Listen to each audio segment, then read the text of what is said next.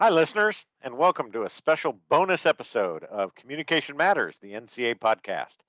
This is the first in a two-part special series of virtual public programs presented by NCA. Now, NCA typically holds public programs twice each year, and these public programs serve to disseminate relevant information about communication to public audiences. The programs are open to community members, members of the media, communication teachers and students, anyone really who's interested in learning more about communication. And past programs have focused on topics such as communicating about the role of race and social change in politics and communicating about the climate. Due to the COVID 19 pandemic, NCA's 2021 public programming will be held as a special series of the Communication Matters podcast, as well as a series of videos. This series, entitled Communication and Resilience COVID in Contexts, will include two public programs. And the first, today's, in the series is entitled The Future of Education Identifying Challenges and Opportunities in Pandemic Learning. Today, we're going to focus on how COVID 19 has brought changes to education and how those changes create challenges, while at the same time offering opportunities for digital learning moving forward. So be sure to check out NCA's YouTube channel for a video recording of today's conversation in this special public programming series. We're thrilled to have joining us today for the conversation about pandemic learning an all star panel of pandemic learners and teachers. Vanita Agarwal is the Associate Professor at Salisbury University and Chair of the NCA Teaching and Learning Council. Mindy Fensky is an Associate Professor at the University of South Carolina. Elena Gillis is an Assistant Professor at St. Lawrence University. Chris Gurry is Associate Professor at the University of Tampa. Matthew Hubbs is Dean of Academics at Westcliff University. And Shannon Bork Van Horn is a professor at Valley City State University and the former chair of NCA's Teaching and Learning Council. You can view all of our panelists' detailed full bios at our website at natcom.org/public programs, all one word. Hi, everyone. Welcome so much, and thank you so much for joining us today on Communication Matters. You know, the transition to online learning and a virtual learning experience last March was done really quickly and really suddenly. And I'm hoping that we can have a discussion to start us off today about how that adjustment period went for all of you at your institutions and how you feel you're doing a year later in this new era of pandemic learning. And uh, maybe Vanita will start us off and let us know how things are going at Salisbury. Thanks, Trevor, for that very relevant question. And you're right, when the pandemic really closed our campuses almost at a moment's notice, it was like within a weekend that we all found ourselves almost home and teaching from our personal spaces.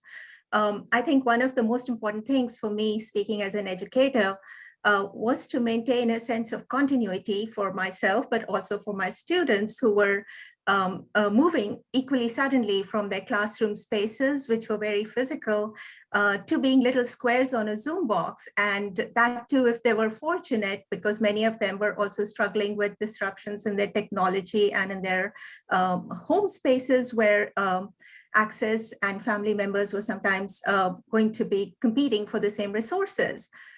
So my goal was to maintain that sense of continuity in my life, but also with my students' lives, minimize that sense of disruption in the learning experience. But also, most importantly, I think I realized as the first week and the second week went by that the students also looked forward to that connection online as a way of seeing, the same faces again, feeling a sense of normalcy. So that was almost a space of, for me, a space of being vulnerable for me, myself, but also for our students. Having that emotion, being able to accept that we were all addressing things, and learning was a way of processing that sense of change. And also to maintain, I don't quite like the use of word control because it is so definitive and it presumes so much, but to sort of reclaim a sense of community and togetherness and a sense of we can guide shape our direction moving forward in ways that provide us with the opportunities, as you had said, in this crisis.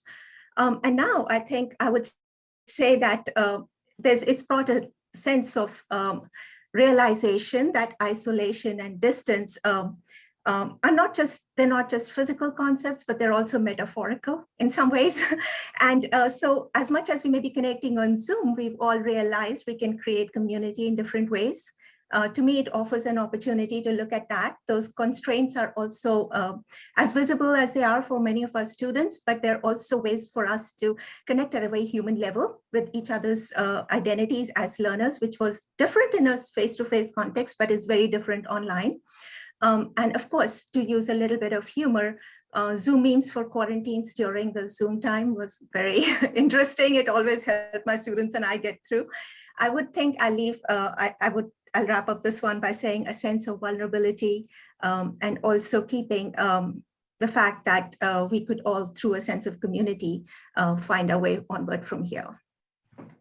What about at USC, Mindy? How are we looking at the transition period, maybe a year out, into something different or the same in the fall? Well, first of all, I just wanted to thank the Teaching and Learning Council. I think that there are lots of resources that were quickly put up on the NCA website for online transition and learning. And I don't know if everybody's aware of them, but they are there and they are useful and they continue to be so. And so I just wanted to thank y'all's work on that, because one of the difficulties in the transition, obviously, was getting up to speed on a bunch of technology that I may or may not have had any previous experience with. And so part of the question here is, how did the institution respond, right? And they did their best, right? Ish. And because this was spring break for us, right? And so students just didn't come back from spring break, which gave all of us shocked faculty members a week to figure out an online transmission delivery method. And let's be honest, there are a small amount of people who are really, really good at this. And then a lot of people who just sort of knew some of it. And then a whole bunch of us who were like, what is Zoom? I look back at my syllabus that I rewrote in that week, and I talked about Zoom like it was like this alien technology, like the language in my original syllabus that I reread. I was like, wow, if this Zoom thing works, right? My institution tried. I mean, they tried putting webcams in all the rooms. They did that work. So they did fine. And I think that they made the right decision, right? I mean, I think that there was no question that the right decision was made to turn to the online format. But it's difficult for an institution to put together a whole bunch of resources overnight in order to facilitate hundreds of faculty members to learn an entire platform of delivery and transmission that they had no experience with. And so I think they did as well as they could, given the time constraints. I'm fortunate because in fact, I have a colleague, Pat Gerke, who does this, right? This is his thing, right? He does online learning. And so I was able to turn to Pat a lot. And he was just amazingly generous with all of the tools in his toolbox. Transition, I've been teaching hybrid for quite a while now, and I can operationalize hybrid when we get to questions about pedagogy and whatnot. So I'll get there. We're moving, or at least as of today, we're moving to face-to-face, pure face-to-face in the fall of 21. And I think that there's a certain amount of trepidation behind that for a certain amount of our faculty members based on, I think the last time I checked in South Carolina, there was a 26 to 27% vaccination rate in our state. And so I think there's a little bit of trepidation, and there's been conversations about, requiring vaccination and whether or not we're going to be masking in the fall and that kind of thing. And so, so that's in the transition. We had all of that sort of upheaval and uncertainty that happened when we went online, and now another round of upheaval and uncertainty as we make a transition to more face-to-face kind of learning. So that's sort of how the institution is sort of dealing with it. I mean, it's been crazy. And then sort of personally, At the same time, my computer crashed and our office building was flooded. So that also contributed to the insanity that was the transition. That was the, yeah. So I've been out of my office for since June of last summer. So so there's an extra added layer in terms of my personal experience that sort of makes everything a little bit more crazy making. But yeah, I mean, Bringing literal truth to the phrase, when it rains, it pours. pretty much so, yes. Yes, indeed. But yeah, so at the end of the day, I think, I mean, some places have done better than others. That's just the way things work. I think that the University of South Carolina is doing well. They could do better, but I think that I want to be generous and say that there's a whole bunch of people who had a whole bunch of work put on them that they didn't anticipate, and so not everybody's going to be perfect. Did you see the same thing, Elena? Were the institutional reactions similar, the same, different, um, more successful, less successful at St. Lawrence? So I'm actually in a little bit of a different situation than everyone else here, because last March I was actually finishing graduate school. And so that transition was announced less than 2 weeks before I was supposed to defend my dissertation. And I was also teaching a class. And so I was actually simultaneously experiencing the remote transition as both a student and an instructor. And now, I'm working at a liberal arts college. And so I've really been able to see how two different institutions are responding in the process of collecting data from students about how each institution's transition has gone and students' experiences with it. So I would say last spring, it really felt like this big emergency. If I had to use one word to categorize it, it was chaos, where all of a sudden we needed to be making new choices and new decisions. And there were no best practices, because this isn't just remote teaching, this is emergency remote teaching. And that distinction matters, because, my students sometimes went home to places that didn't have any internet access because they never were supposed to attend school there. Or my students, their parents lost jobs, and now all of a sudden they need to be working a full-time job so that they don't get evicted from their homes. And so this, emergency crisis wasn't just with remote teaching, it was with entire worlds crumbling around all of us, both our students and the instructors. And so, the spring, I think that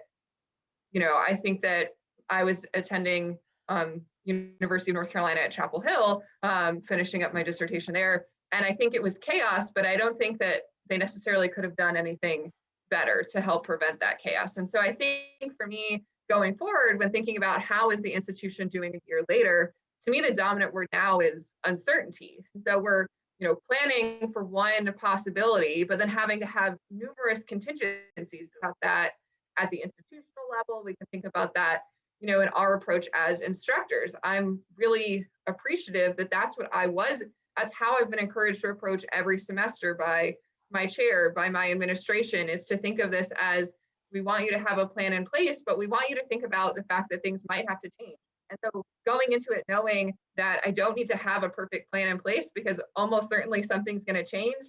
At St. Lawrence, we in order to de-densify campus, we had students being able to join remote, which had never happened before. We had some online classes that St. Lawrence has never had before during a normal semester. We also created this third semester this summer so that we could have students attend fall, spring, or summer. Instead of summer being sort of extra classes, it was a normal semester where students could attend, for instance, spring and summer and get their normal financial aid packages. That was supposed to include things like study abroad, all in-person classes. And of course, that has been completely overhauled. And so my colleagues and I our classes just ended for the spring last week. And now we're starting to think about what is summer going to look like in comparison to what we had thought it would be. And so I think at this point that this lasting uncertainty for a year has helped us all be a lot calmer and able to be a lot more flexible as we've learned the tools and structures that can help promote these sort of successful transitions, and with institutions that, when all of a sudden conditions changed, had a contingency already in place. And so, yes, there have been moments of chaos and stress when At one point in the fall semester, I think a quarter of our campus got put in a preventative quarantine at some point. And all of a sudden, classes were remote for that week, but we had these contingencies in place. And so I think that that's sort of the best we can hope for if we want to have any sort of in-person component, which I was appreciative to be able to have that experience being a new faculty member, to be able to choose to teach some in person just so I could start to get to know my new campus. But a lot of my colleagues were allowed to choose to teach fully remote. That's a great segue to our next sort of concern. And Chris, you might be in a great position to think and relate to us more fully how pedagogical values and strategies and techniques that you've developed during the pandemic, are some of those just going to go away if we go back to in-person teaching? Or what are some of the strategies and techniques that you've managed to adopt during this crisis, so to speak? And are any of those going to linger on when we go back to in-person teaching? Well, I can't say I would miss not having to get fully dressed to drive to campus on one meeting for 40 minutes, right, for Zoom. So we can keep that around. But I do think that there'll be some pedagogical things that stick around, but some that I think trail us, and we're still seeing sort of the remnants of this past year, to follow up to the previous question, such that I direct the Master of Arts in Professional Communication program, which was launched to be a fully face-to-face program. Now we have students asking to do things on Zoom that we never pedagogically planned to put online. And so I think we're stuck in a similar situation that maybe corporate America is, where, well, it worked a year ago and it worked now, so why can't I do this thing the way that I want to do this thing? I want to go to New York and have a job and just drop into your class when I want to. And so that's one thing I think is we're going to see sort of this wake of things that we did, as Mindy said, in an emergency, and see them codified into sort of practice. But my hope for all of the people here and out there would be that we codify it into best practices, what's best impact for our students. And so I think we'll see some things stay. And then I think there's things I hope go away, right? I still have some colleagues that are lecturing on Zoom for 2 hours. You can't lecture on a computer screen for 2 hours when those poor students have 2 more classes to go in that afternoon. Nobody should sit at a computer for 6 hours without taking a break. And so I hope that we learn best practices around those things that we've all adopted. NCA has had really great resources for getting up, moving around, and offering some sort of high touch and low touch experiences through Zoom. So that's what I'd have to say about that, is I think we'll be dealing with sort of the wake of what we did in an emergency situation, and hopefully we'll keep some of the best things, like short meetings could be on Zoom, and then we'll go back to some of the great team building things where there's a high touch experience for our students. Yeah, that's interesting. I think that transition is going to be a real challenging moment for a lot of us. Matthew, over at Westcliff, are there any particular pedagogical values, techniques, or strategies that you think are going to survive? Or like Chris, maybe some of the worst ones will go away? What are some of the best practices that you're going to take away from the pandemic learning experience? Thank you, Trevor, for the question. The unique setup we have at Westcliff is we've actually been doing live online learning for over 10 years. Our online program is really a mirror of our on-site program. In fact, often we would combine classes together with some technology set up in classrooms. So the transition wasn't that challenging for us, at least not nearly as much as those who had no exposure to it.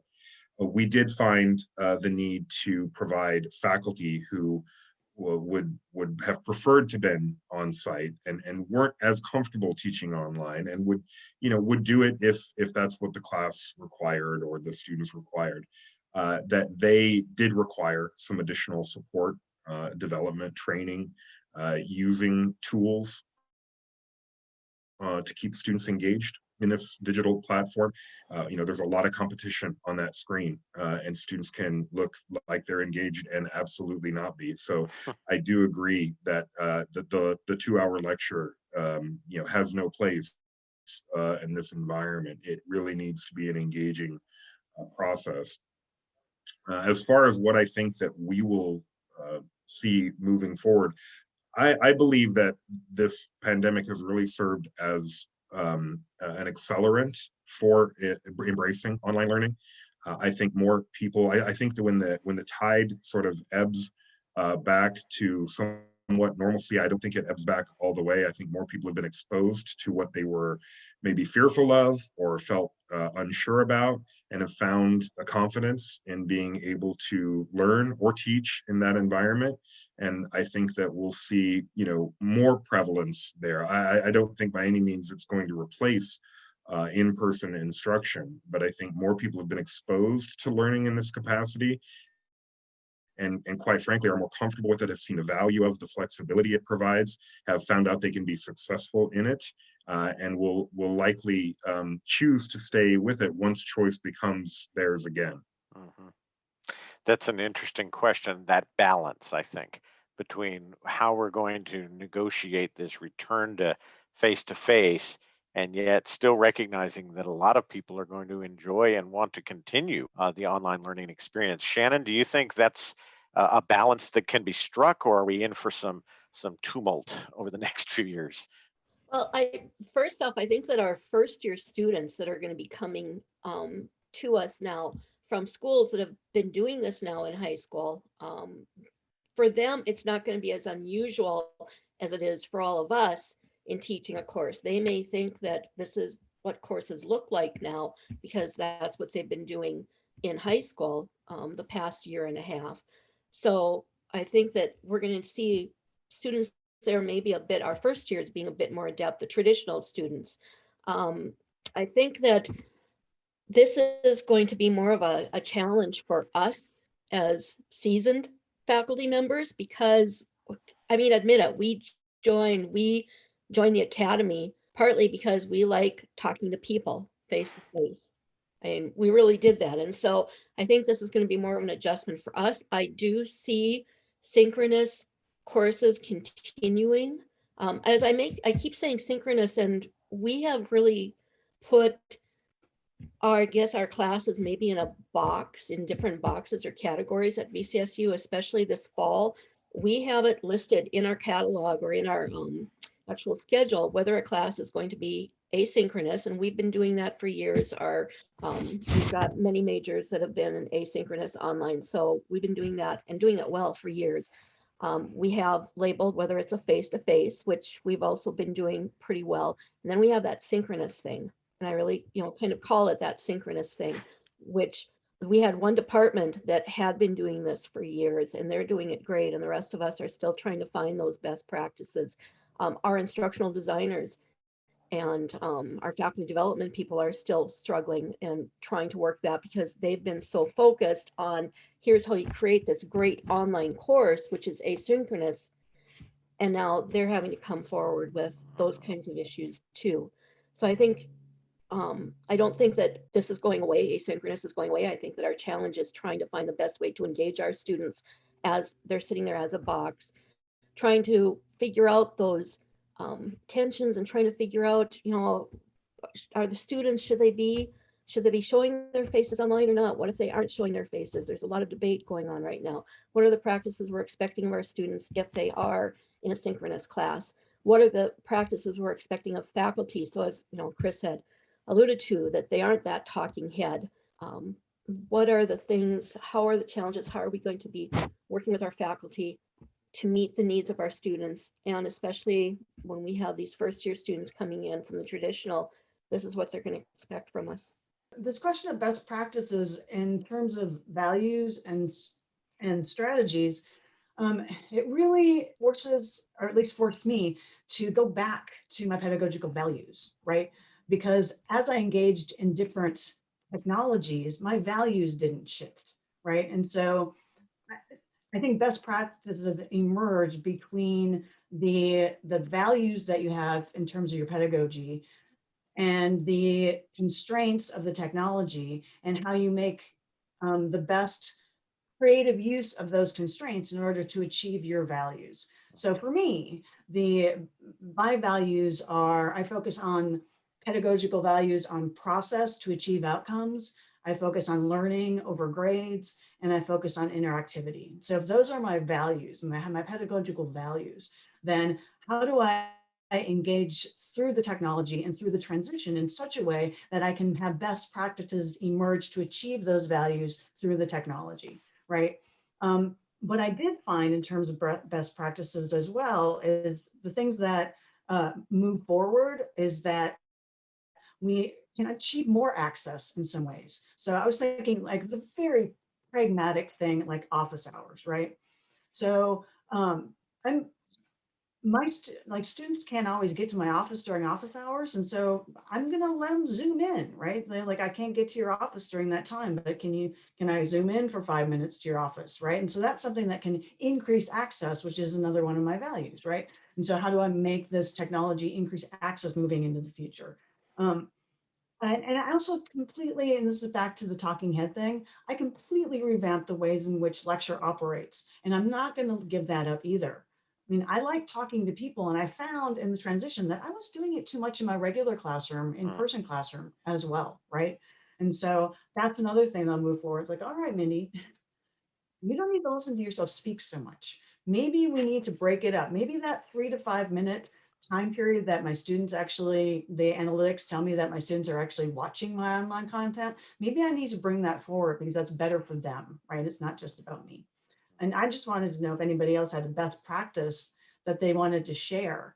So we're talking about it sort of abstractly. And so is there like a specific thing that you can say, this is the thing that came out of this that I'm going to continue to do?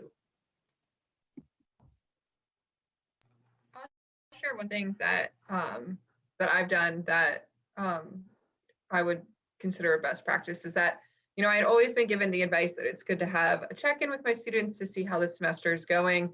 And I historically always had that be one fairly lengthy, like survey type response about a third of the way into the semester to get really formal responses back from them about how different components of the class were going. And I think one of the things that I have been doing with the pandemic that I am going to keep going forward is more frequent, smaller, less structured check-ins where I can get far more of a sense from students, both how the class is going in sort of a broad picture, but also if there's really small things I could tweak that can help them in the class. And so, it can be an opportunity for a student to say, I can't see your handwriting. Can you write a little bit bigger? Or, really small things that a student is generally not going to feel comfortable telling me unless I give them this opportunity. And so in my classes, I give daily reading quizzes to incentivize them to do the reading before they come to class. And so just tacking on one open-ended question of,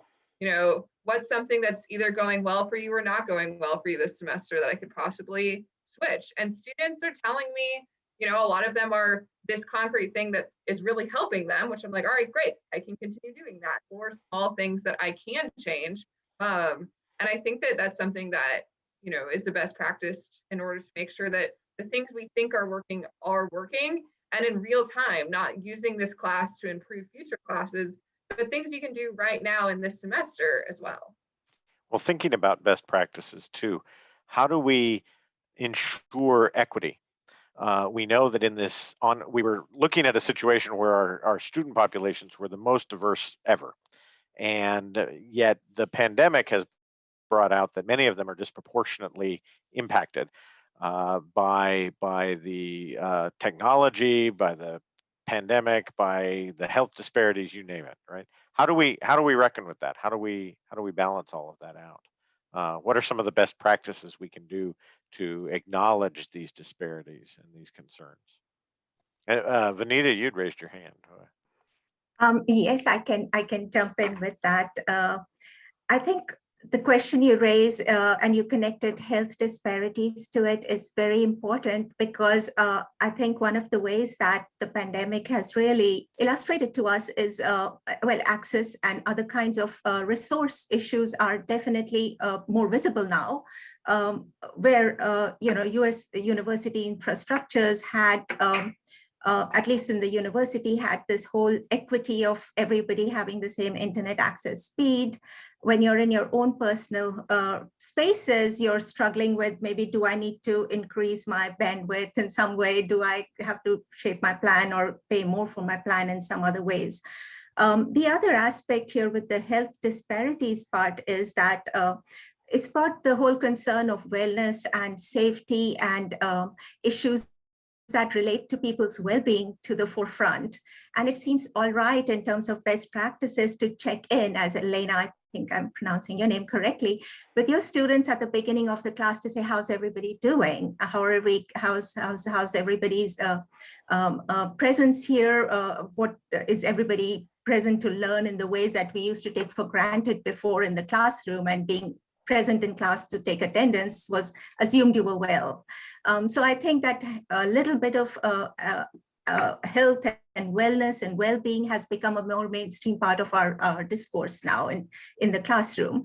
The other aspect of equity is that we've also, with the attendant aspects of all these social movements and the awareness of racial and the intersectionalities between racial, economic, and various sorts of gender, age, parenthood, all those aspects have become, they're there. Universities have dealt with them. We've had movements in our classrooms, in our schools, where concurrently as we were moving on offline, we were also dealing with the Black Lives Matter movement, and these that happened at Salisbury. We were addressing all of that even as we were going offline. So I think one of the best practices that emerged both for the institution and for me as an instructor were that multiple modes of communication and two-way communication, listening in by both by administrators, by instructors, and checking in with students, not just with respect to technology. Somebody made that point.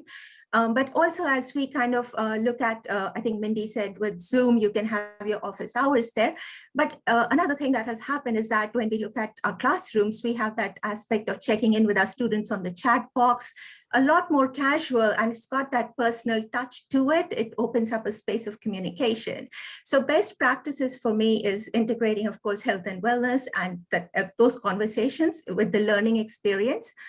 Multiple modes of communication, both institutionally as well as in the classroom with the instructor and the student, chat boxes, different ways of zooming in with your office hours, as also enhancing your instructor presence to be a little bit more human with respect to understanding where the students' environments and hours intersect at a very similar level with respect to struggles with disparities and those kinds of constraints, technological, and also a lot of the other intersectionalities that we've been going through socially as a society. One of the things that I would mention here as a communication scholar and to my colleagues as well as people out there is, what's the purpose? Like, what are we trying to do with some of the things that we're talking about? And the health disparity thing is the one that came up quite often for me the last 6 months. And I'd love to see if you guys shake your heads if this has happened to you as well, or if you're listening, if people agree, where when students said that they were ill, whether it was COVID-19 or something else,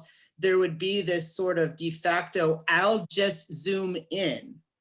And that to me was, my first pushback to that was always, well, are you healthy enough to do the Zoom? Because when I don't feel good, I don't want to be on Facebook. I don't want to be on the computer. I want to be in front of Law and Order on the couch with, something to drink, and that's it. Like, I don't want to be Zooming or working my mind. And so I wonder too, if we'll see some health disparities here where people are like, oh, just Zoom in. But you really have a student for 6 weeks who was ill and not getting the same experience as a student who's like has their computer on, their webcam ready to go, they've got their notes up and ready to go.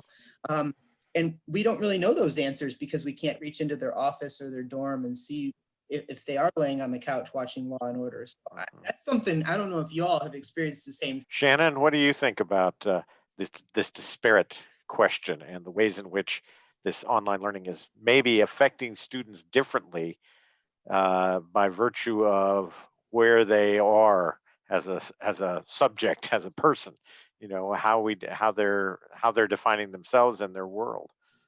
Yeah, and that's an interesting thought, and just a little bit on what Chris had said. I think that I can see where not coming to, focus on your health versus the class, but this gives them an opportunity to stay up with the class without. So I think that there might be some with that. I think that we really need to be thinking about, as institutions, our students and what their capabilities are, especially our distance students. One of the things that I like to do is I send out a survey before classes even begin. And one of the questions that I put on this fall was, what do you have? What is your bandwidth like? What is your internet access like? Have you had, and I tell them, you don't have to tell me this, but is there anything that you want me to know about your situations? Because that will help me not only with my expectations, but also help me in what the students produce and what they are willing to share and give to me. As for, I guess I'm trying to come back to what you had been talking about, Trevor. I think that we really do need to have some grace and compassion and recognize that our students are all going to be coming at us from different directions. We have a lot of first-year students, our first-year generation students at our campus, a lot of first generation that this is their first experience of college anyway. They may be low income. They may not be able to afford some of the things that we're expecting. They're losing their jobs because of the pandemic, and they don't have the mentorship that they would have in a face-to-face type of situation. Some people have said that Zoom kind of flattens the system, that anyone can be on Zoom. I don't know if I agree with that or not. I do recognize that, yes, anyone can come and talk to me at any time within limits, not at 2 a.m, which I've had a student try. But it does open that equation. But I think that we have the issue of some people don't even have the access to Zoom. I wanted to sort of answer this question about equity in terms of, I think a lot of the things we've been focusing on are sort of like the short term, what are the immediate things we can do right now in our teaching, which I think are critically important. But I think it's also important to be thinking about the ways in which this is not just a short-term problem, but the way in which this will continue to impact our students' trajectories. And so, if we think about what research shows about, we're talking about the students who are successfully in our classes, but we can think about the students who have been forced to take breaks because, their parents and they lost their access to childcare, or, students who have had such a bad mental health crisis that they've had to withdraw for the semester. And so I think that it's really important to think about what are we doing in our own classrooms to be inclusive, but I think it's also really important to think about both what can we do as individuals to reach out to students. We know students who take breaks are going to be less likely to graduate. We know they're going to be, their GPAs might be lower, their financial aid might be at risk. And so what can we do as individual instructors or faculty members, both to reach out to students that we know and provide encouragement or support or help, but also pressure our institutions to make sure that they're making the sort of changes to policies that are needed to help students continue to succeed. So what are, a lot of the students who come from wealthier backgrounds are actually experiencing this time as a relative academic success. They have fewer things going on in their lives, as a lot of extracurriculars have shut down. So they're actually seeing higher GPAs, more engagement, more time for their coursework. And so that gap we've always had between students who have more privileges and fewer is growing. And what are we doing to support the students who are facing even more troubles than they have historically? Are we changing things about the ways in which withdrawals show up on students' transcripts and factor into their GPAs? Are we changing the ways, in terms of potentially major requirements or gen ed requirements in ways that can help students who have disproportionately borne, the trauma of this pandemic and its economic and public health outcomes, be able to continue to engage in our institutions? or are we going to lose them? Are they going to be students who, who never end up graduating, who end up, riddled with student loan debt, and instead of college being a pathway for mobility, just ends up being someone who's stuck in an even worse economic position than they were before? And so I think it's both what can we do as individuals and what can we make sure our institutions are doing as well. Well, that kind of raises the interesting question about student expectations too, where, because we're talking about it from almost an institutional and sometimes a faculty perspective. What are the best practices we're doing? How are we adjusting to our revised student expectations? Have those expectations revised? Have they gone up? Have they decreased? How do we grapple with that? But I don't think that we can move on from the discussion of equity without talking about race. So put the student expectation question on hold. The initial question that you sort of began with is that that you had mentioned that there was a highest population of folks, diversity, like the increased diversification in the university, and what are the effects of the pandemic specifically in terms of diversity. And I have to say that one of the biggest challenges for my university is the question of DEI. And I'll just give you a specific example, which is to say that the population in the state of South Carolina that identifies as African American is 27.9%. The population at the University of South Carolina Columbia campus that identifies as African American is 10.2%. So we have a recruitment issue and we have an access issue, right?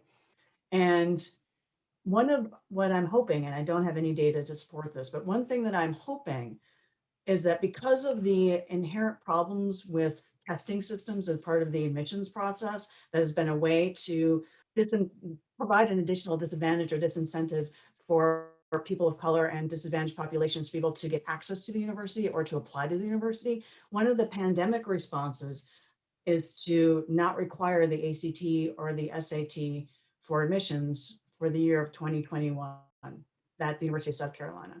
And so in terms of equity, and there's going to be a certain, like the disadvantaged population that Elena is talking about, they're going to go away. People who don't have money are going to just, and this is referring to Vanita's intersectionality question. I mean, there's going to be a certain population that intersects in particular vectors that is going to, they're not going to have access to higher education. It's not, I mean, there's going to be folks who lose it. But I'm hoping that there are also folks who gain some, right? Just as particularly because of this testing requirement not being for admissions. And I think that's University of South Carolina is not alone in that, like waiving that requirement for admissions. So I think that, it's talking about giving access to diverse populations is a struggle at my university, and I think it's probably a struggle in higher education. It is a struggle in higher education, right? Yeah. So I'm really interested in. I'm sorry, Trevor, to no, it's fine. pause on that, but I think that I'm wondering what your experiences are at your universities, what kind of DEI initiatives in response to the pandemic are emerging, if any, and in terms of just making certain that the most marginalized populations are being targeted in a positive way for access. Well, and it's not just at the undergraduate level. A lot of graduate programs have eliminated the GRE as a requirement, and in large measure for increased diversity points. I don't know that this question about race and diversity and inclusion is all that separate from the question about student expectations in a post-pandemic world. So, Matthew, do you have any thoughts on how those expectations are changing and how institutional openings or institutional broadening of student populations and the profiles there along racial, socioeconomic lines, et cetera, might have an impact on those expectations moving forward? Someone mentioned earlier, and I think it's a really important point, that just because classes on Zoom, and you can get Zoom on a cell phone, you can get Zoom with a wireless connection, doesn't necessarily mean that everyone has even those components to access it. But I do think that technology can be very much an equalizer if done right. In fact, I was, as I'm sure many of us were, both for education purposes, for healthcare purposes, et cetera, happy to see a recent infrastructure plan that included access to affordable, high-speed internet for everyone. And so that's where I think we can get closer to technology being the equalizer. And we are dealing, very much with a population of, we've I'm sure used the term digital native for quite a while now, and that I think it's apt, but it's also a further integration of digital interaction, technological interaction, not just being exposed to it at a younger age, but it being in part raised on it, or in some cases, unfortunately, raised by it. That this is so much a part of the language, the communication, the understanding, the interaction of the world with the generation coming into learning right now, that I think that their expectations will align very much with that they will expect the institution to be tech savvy and to have not just technology integrated, but to have it smoothly integrated into their practices. I think that students are, probably have as much, whether they know it or not, power over the education sector right now as they ever have with their choices of whether or not to go to school, and with an understanding maybe from a generation of parents that maybe they don't need to right now, or maybe it's not the right time. And so as we as institutions get more competitive, for lack of a better word, for students, that's an area that we have to excel in to be competitive. We have to meet them where they are in ways that they are used to communicating in, learning with, and if we don't, I don't think we're going to do them service. I don't think we're going to meet their needs unless we can speak in that language and speak fluently in that language. And I think in that way, it does become, to tie into the previous question, it does become more of an equalizer, as in technology often inherently does. Well, and I know the various proposals coming out of the government in the new administration are also targeting increases in funding to HBCUs, to historically serving Hispanic institutions, Native American or Indian colleges and universities. And that might hasten exactly what you're talking about, Matthew, which is because in many ways, and correct me if I'm wrong, but to some degree, the technological expectations does cut across racial, ethnic barriers to some degree. And so regardless of the school you're going to, the young digital native, Black, white, Asian, Hispanic, what have you, is going to have certain expectations. And that's fascinating. It does ask or raise the next question, which is, how do you think this is going to have an impact on general students and their decision making about higher education? Do they go to school now? Do they delay? How do they make these decisions? And again, going back to the question of diversity and inclusion and race, is it the same calculation across the board with these new opportunities? Do diverse students have or students from underrepresented minority groups, do they have the same calculations in their minds about when or where to go to school? What do you think? Well, first off, I think that the way that we are envisioning education, our traditional thought of what education is with our four-year degree or our master's, I think some of that is going to be changing. We're seeing a lot of talk about, and we're seeing a lot of information that you don't need that four-year degree to be able to be successful. And I think that even us as four-year degree campuses and higher campuses need to start thinking about the smaller programs to meet the needs of some of these students. Maybe it's certificates in areas. Maybe it's that they're taking one or two classes at a time, and it may take them 10 years to graduate. And if we have a block of time where we say that they have to graduate within, or that they have to take all this within a certain amount of time, or they have to start over, maybe they have prior learning information from jobs or things that they've learned in other jobs that we need to take forward and look at that. Could that count towards credits? I think that we have to be a bit more global in what our institution is going to be looking at going forward, because these are some of the things that we also need to make sure that we still have the quality there, that we still have the expectations, of course. But I think that the traditional school or institution that we're in may not fit for as many students as it has in the past. And we have to be nimble enough to change with that.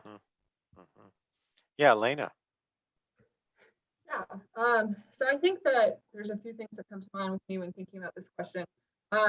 One of them is that I think a lot of, if we think about the discussions that are happening, like in, among public officials, in newspapers, we often see a lot of this focus really centered on highly selective universities, like how will this impact Harvard? And those are the wrong questions to be asking, because the vast majority of our students do not attend universities like that. So I think that for highly selective universities, we will see little, if any, change in terms of how students think about approaching higher education.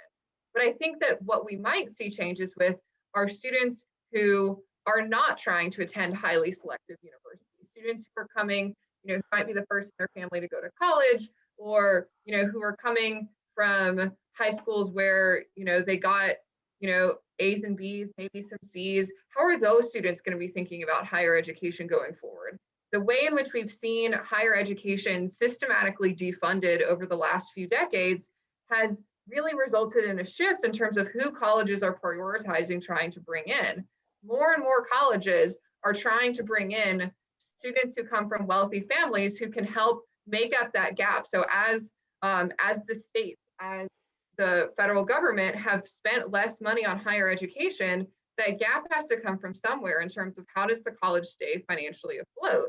And the answer is donations, but only, wealthy universities can really rely on donations, or the answer is full tuition paying students. And so a lot of those students are being recruited. We're seeing this huge move in higher education to cater increasingly to wealthy students' desires. So investing in nicer students centers, revamping their gyms, these things that, make college in some ways, I've seen criticisms more like a country club or, summer camp experience. But that's not who are most of our students attending colleges. That's not what a lot of those students need. And I think as a lot of these lower and middle income students have experienced college in this year and have started really understanding how much of their money is going towards things that they may or may not need or want as part of their higher education experience, we might see some of those students starting to make different choices. And so we might see some of those students not seeing it worth the premium to pay for more expensive, the flagship state school or, private colleges. As someone who works at a private college, I can still absolutely say this, that some of those students might realize that that money is not worth it because those are not the things they need to succeed. And instead, we might see more of those types of students, potentially seeking out other forms of higher education, the ones that are often overlooked in media discussions of this topic. Yeah, Vanita, from the regional public realm. Yes, and I wanted to follow up on some of the very good points that Elena made, to extend them to what Trevor, you talked about, how would different groups of students respond to these challenges. And I think one of the aspects that sort of is also embedded in this discussion is with the kinds of social justice concerns that our students have become so involved in recently on campuses and so vocal about. I feel like those might play into their enrollment and universities' recruitment efforts as well. I feel like some of the universities will need to be more proactive about including these kinds of their stand and their approach to creating a more inclusive and equitable environment in maybe their mission statements on the websites and different ways of presenting their ethos and culture, because students are looking for those things.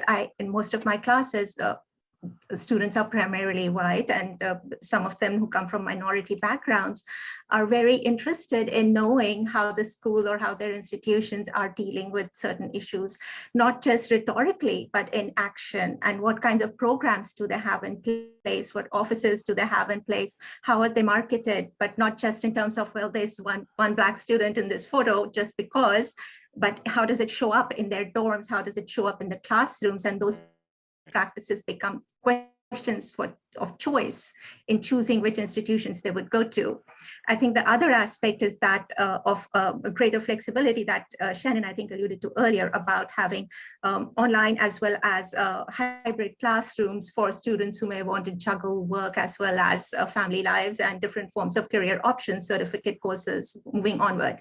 I think the most interesting point remains to be seen how institutions will grapple with the loss of international students and global programs and study abroads. And there may be opportunity in that. I think Matthew alluded to that with technology being an equalizer, but there can also be severe constraints with how we manage these, and especially different kinds of global regions where you may recruit students and you may have different forms of classrooms and degree structures to restructure the institutional environment and degree around that. I think that's going to be interesting to see how that plays out. Well, I'm on the one hand heartened by all of this, but on the other hand, I'm a little dispirited because I'm curious, do you all believe that we're looking, is Alana right or Elena right? Are we looking at a more stratified higher education system where the rich kids all go off to more stratified than it is now, right?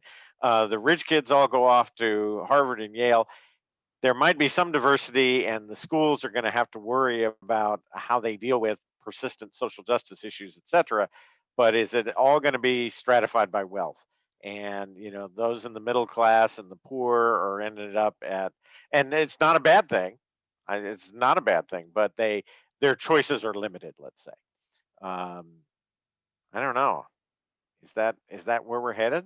I know it makes me nervous, that's for sure. I sat with a master's student the other day, and she wanted to apply to doctoral programs, notably an EDD program. And so we looked at 3 EDD programs across the country, and 2 of those were distance, right? So we're using the word distance because that's pre-pandemic language, of course, and they were from really good private schools, one in Texas and the other in Central Tennessee.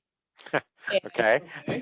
Okay. And and one of them national champions, right? And so we then went to the tuition and fees button, and the cost of the EDD at the Tennessee school was $2,100 a credit hour. So it was about $5-6 grand a course for a doctor of education to be $100,000. Now, who can afford that if you're then making half that your first year out of your program? And if you're taking federal student loan money at federal student rates of 6 and 7%, rich people is the answer. Right. And then we looked at the state institution up the road from me here in Tampa. They were like $250 a credit hour, which is a steal. But then that program will probably only let the 10 people in that were 4.9 GPAs. They were the president of every communication association ever created. As you guys have seen, probably Atlanta has 4 published articles before they even get their first job. So we're creating a disparate, I think, group, and technology is actually allowing some of these private schools to charge more for convenience, not less. And so to your point, I think we'll still see kids that want to go to the University of Florida for football, and we'll still see kids that want to go to Indiana University for fraternity life, or go to Hawaii for marine life and things like that. And it'll be the same kids it always was. But we have to make sure that some of these schools don't price out and box out some of our middle to lower class populous students. And I worry about that. I don't know if my colleagues do, but I get really nervous about it. And then use the technology to do it even more. Right. Right. So we're convenient. You happen to have a family, or you have a real job, so to speak, that's going to pay for this. So we don't mind charging so much money, because it's almost like healthcare in America. We don't mind charging so much because Price Waterhouse is going to pay for it, not you. And so that sort of then creates this false inflation, and then little guys come along and can't get access, and that's not good. No. Add to that what Elena also mentioned, which is the declining share of state support for public institutions, and that's happening across the board. Although the federal government and the relief programs have sort of stepped in somewhat to stem the tide on that, but add that into it, and suddenly the public options don't become quite as attractive either, and that's a real bind. Yeah. Any other thoughts on student expectations, student choice making, where higher education's going with regard to diversity, equity, inclusion, student choices, student expectations, post-pandemic world? Yeah, One Elena. more thing really quick. One thing that I think I've been excited to see is students, I mean, we've sort of mentioned this, but students really challenging their universities to not use the pandemic as an excuse to not take this moment of racial justice seriously. That I think a lot of us, rightly so, we focused a lot today on how incredibly stressful and challenging it was for a lot of us to, totally redo our courses, for those of us who had been teaching in person, or even people who had been teaching online, ways to like adapt it to this new pandemic context. And I think one of the things that I've been really excited to see in my experience here at St. Lawrence has been students saying, yeah, we know it's tough, but that's not an excuse to not do more of this work. And so we still want to see you, challenging white supremacy in your classrooms. We still want to see you, decolonizing your syllabi. We want to see, we want to see more action. And so, for instance, one of the things, the debates going on at my university right now is that a group of students of color have asked that faculty be required to engage in diversity training. And there's been a lot of pushback among the faculty. I've been very disappointed to see. We were supposed to vote on it this semester, and that vote has been postponed because honestly, it's not clear that it would pass. And so I think something that has been exciting to me is that students are continuing to push back and saying we deserve a higher education experience that is inclusive of the students of color on this campus, and we refuse to bend to the status quo, and we refuse to, allow you to use the pandemic as an opportunity to not improve the racial climate on campus. And so, that's something that has been really inspiring to me, even if, yes, there are days where it's like, I realize, oh, wow, this lesson plan I used before, isn't what I want it to be, or look at my intro syllabus and realize we didn't spend a single day talking about, Indigenous people, and realizing I need to change that for this semester. And yes, that caused stress, but that's stress that I'm really glad that they put on me. And my teaching has gotten better because of the intersection of this as a time where the pandemic is causing us to rethink teaching, can also be a time to really infuse more, racial justice in the way that we're thinking about it, particularly if we listen to the student activists who are telling us what they need. It's interesting too, as you're talking about that, it kind of harkens back to Matthew's point about the digital native. I also think, and it cuts across the board, right? It's not just the students of color, it's the white students as well. They are diversity natives, right? I mean, they are many, not all, obviously, but the students and their expectations, they are all clamoring for this greater diversity, and I think that's a really important point. That might lead nicely to our sort of wrap up question, which is a round robin, right? What's the primary lesson that anybody has learned, or that you've all learned from this past year? If you had to say one thing, and one thing that's going to last, what's that primary lesson from the pandemic? And we can go in reverse order. So Shannon, what's your primary lesson from the pandemic for teaching, learning, and teaching and learning? Okay. Embrace change. Change is inevitable. Embrace it. What are the ways that you can make things work? Mindy had brought up something quite well earlier about how can she make herself work with the technology? Don't let the technology lead you. How can you make change work? And that's probably, we know that change happens, we know that it's continuous, but the pandemic isn't going to go away. Even with vaccinations, we have new things that are going on, and we just need to be flexible and embrace change. The other I have two. The other one is grace. I've learned to extend more grace than I have in the past. I wouldn't say I was a hard ass, but I was known to be a bit more really strong expectations. While those expectations have not gone away, I've also had to learn to be more open, more compassionate, and extend grace. That's great. So embrace change and practice grace. I like that. Matthew, what do you think? What's the primary lesson that we can take away? I've learned more so to trust in the resiliency and the tenacity of our student body and our faculty, to listen to them and respond with an open mind. That has been, I think, one of our keys to what I would call success, although it's nothing to celebrate necessarily in the hardships that we've gone through. But to have as much of our finger on the pulse of what our student body is saying, so we can adjust and be flexible to them, and just trust that they're going to adapt, they're going to get there, as long as they have the tools and as long as we are responsive to them. And that's our obligation, to listen and to respond. So as long as we do that, they'll bring the grit in order to be successful. We do have to listen, we do have to provide the tools. I know I speak for academics and faculty everywhere when I say we love to hear that from a dean. That's a great primary lesson. Chris, what do you think? What's your big takeaway from the pandemic year of teaching and learning? I think from my perspective, Moravian talked about immediacy, which all of us have probably heard in our speech studies in some way, right? Our immediacy is our connection to people.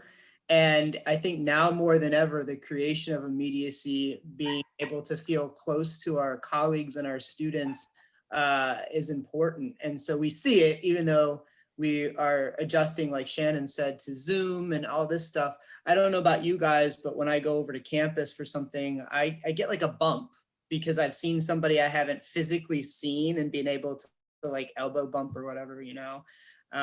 So that was the first thing, is that immediacy is real. Moravian studies were true, and McCroskey followed in his footsteps. But I think also the idea that I have, and many of you have probably seen this, I've never realized how hardworking some of my colleagues are, to the fault of like, girl, you need to stop or you're going to get sick kind of thing. Like people working round the clock to make sure that their experience for their students has been flawless. And so it's really exposed, I think, just how good our careers are and how good and hardworking some of our colleagues are. And that makes me kind of, I don't know, kind of happy. Yeah, no, that's great. Elena, what do you think? What are our big takeaways from pandemic life? One of my biggest takeaways has been an even deeper commitment to universal design for learning. So the idea that I should make my class accessible to all students so that no one needs to request accommodations. So, you know, we already know students are dealing with a lot of things outside of their lives that impact them. My teaching philosophy is that a student is a person first and a student second. So if there's something interfering with their ability to be a successful student, that's more important, and that's what should be addressed first. And then we can work together, you know, to help them succeed in my class. And I think trying to think through even more structures that are potentially creating unnecessary barriers. And so, for instance, you know, with quizzes, making all quizzes untimed. So then students don't have to request individual accommodations for the fact that they need extra time, and instead making it so that all students can universally access our classes, or, you know, not penalizing students in their participation grade for needing a mental health day, you know, whether that be because of a mental health crisis, because, you know, it's a student of color who's, you know, struggled with yet another police shooting, you know, all these sort of things, to build in the structures that individual students don't have the burden of asking me for it, but instead me thinking through how can I structure my classes so that it is accessible for everyone from the get-go. That's sort of the manifestation of Shannon's extension of grace, I think, recognizing that maybe all those old standards and expectations that we had don't need to be quite so rigidly held to. Mindy, what do you think? What's your big takeaway from the pandemic year? Yeah, I would like to just echo what was just said about, grace and just changing the ways which my expectations, I want them to be performed. And so it's not a lowering of expectations, it's a changing of the measure of how they are performed. Um, and so that goes back to one of those best practices things, because yeah, like one of the things I'm going to bring forward is like have online quizzes that they can take whenever they want to. So that they can do that. And plus I don't have to waste class time necessarily on that. We can do something better in the in-person environment than sitting and writing on a piece of paper. But those are the micro things. Macro things. Responsiveness is one lesson. And both on a pragmatic level, like being more responsive to things like communication, like responding to emails and that kind of stuff, but also a responsiveness. So that's a responsiveness to students, a responsiveness to colleagues, when they ask for help and like, I don't know if I can help you necessarily, but I'm going to try to do what I can. And then also a responsiveness to with self-care, because we have mental health days too, right? And we'll be better for our students if we do that for ourselves. Second thing is adaptation. So the capacity to adapt creatively and with consideration, right? Not just haphazardly. And so to think about constraints as being creative opportunities as opposed to things to resist. And so technological constraints, time constraints, I mean, how do we use those as creative possibility? And then finally, a new understanding of time. Uh, I've been filling out I've been filling out all the surveys that all the people doing all the studies about teaching and research in the academy have been sending me. I've been trying to participate in those research so that the data gets collected. And some of the questions have been really interesting about time. Like prior to the pandemic, how many hours a week did you spend on X? And post pandemic, did you spend on X? And I'm like, there's no hours during a pandemic, right? And if you're working from home, there's not an 8-hour thing. You're working potentially all the time. And so you're moving from being in a Zoom call to letting the dog out, to making dinner, to going to teach your kids on Zoom, to taking care of an elderly parent, to helping a neighbor, and then going back to your research, and then going back to your teaching. That can all happen within the expanse of 60 minutes. So a different understanding of time and work that I hope gets propelled into the future, because this notion of hours does work in a lot of academic disciplines and in teaching. Yeah, I've asked more than a few people who wished me a good weekend. I'm like, what is this thing you're calling a weekend? And those have gone away. That's great. Good. I like that time piece a lot. Well, that's such a momentous question. I think if I had to put one word to it and expand on that, I would say to look at the people in my classroom, and you can fill in with colleagues as well, and our administrators and everyone in our community. As a whole person, as someone who's looking at that learning environment as not just a brain who's come to your class, but who's coming in there with certain struggles and that are embedded in their daily life and their particular identities, to be mindful of their differences. And one of the things that came up in this regard in our Teaching and Learning Council meeting was to include all of these things in the kind of difficult conversations that sometimes can be drawn out through our class content. So not to shy away from those discussions, include them in where those intersections come in, and to communicate with your presence a certain amount of compassion towards these issues and willingness to be vulnerable to them.